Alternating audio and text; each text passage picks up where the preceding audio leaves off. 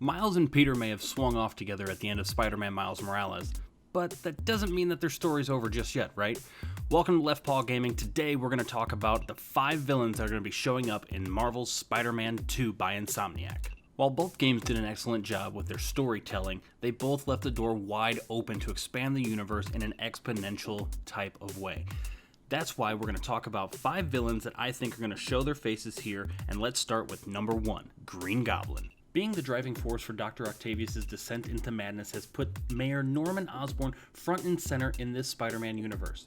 With Norman attempting to blame Spider-Man for the raft outbreak as well as his attempts to use Silver Sable and Sabre International to supplant the police, we will see a Norman who has grown tired of looking to others. A Norman who has resigned as mayor in disgrace to get around the Spider-Man nuisance and finally don the mantle of Green Goblin to combat and finally take down Spider-Man on his own, right? But what will Harry think? Number 2 on the list is going to be the big green man, the lizard, Dr. Curt Connors.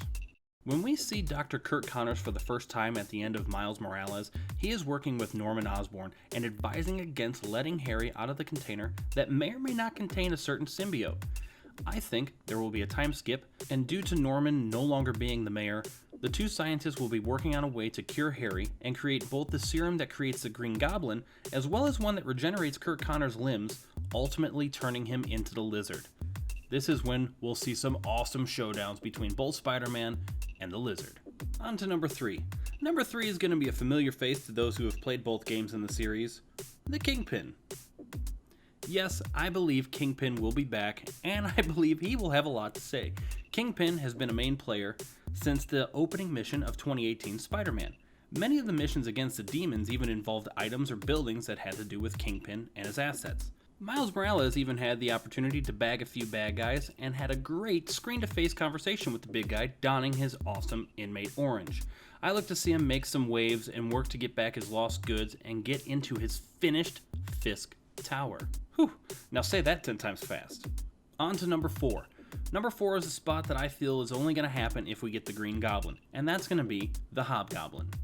There are a few that I feel could fill this number 4 spot, namely any villain that had some kind of memento found in the backpacks throughout 2018 Spider-Man, or any of the Sinister Six attempting to make some kind of comeback. But I believe that we will see a rise and fall of the Green Goblin, and after all the time spent in quote-unquote healing container, Harry will see his father die as Green Goblin and take up the mantle for himself sometime after shedding the Venom symbiote. I believe this will play out similarly to how it did in the Sam Raimi Spider-Man movies without the team-up at the end. I think this will be a Harry that will be angry at Peter, who hid the Spider-Man identity, and be out for revenge. No amnesia this time from some little head bonk, just revenge for the death of his father and the betrayal of friendship.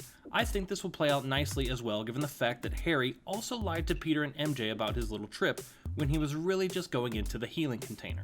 Finally, we made it to number 5, and number 5 is going to be one of my all-time favorite Spider-Man characters, Venom. I believe Venom will either be the main antagonist of this game or be the secondary priority to the Green Goblin/Hobgoblin duo, depending on when the Venom symbiote gets to its rightful partner, that is.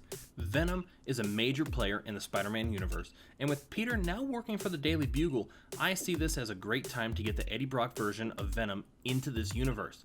I can already see it playing out that when Harry sees Peter for the first time, the symbiote will jump ship, and that will give us the black suit Spider-Man that we have all been waiting very patiently for. After Peter notices his personality shifting, he will get rid of the suit, where it will then find its true host, Eddie Brock. Given how Insomniac is looking to create a Spider-Man universe, I believe this will be a great introduction into Venom and potentially lead into a Venom standalone, much like the Miles Morales release when the PS5 dropped. At least, that's what I hope will happen. Well, there you have it, guys. My take on 5 villains to expect in the sequel to 2018's Marvel Spider-Man. Let me know what you guys think in the comments section about my choices, and don't forget to tell me who you'd like to see in the sequel. If you'd like to see my playthroughs of Spider-Man and Miles Morales, click on the tile to start up one of those playlists. If you enjoyed this video, make sure to give it a like so that I know I need to be making more videos like this. And as usual, thanks for stopping by at Left Paw Gaming. Don't forget to like and subscribe. We will see you guys in the next video.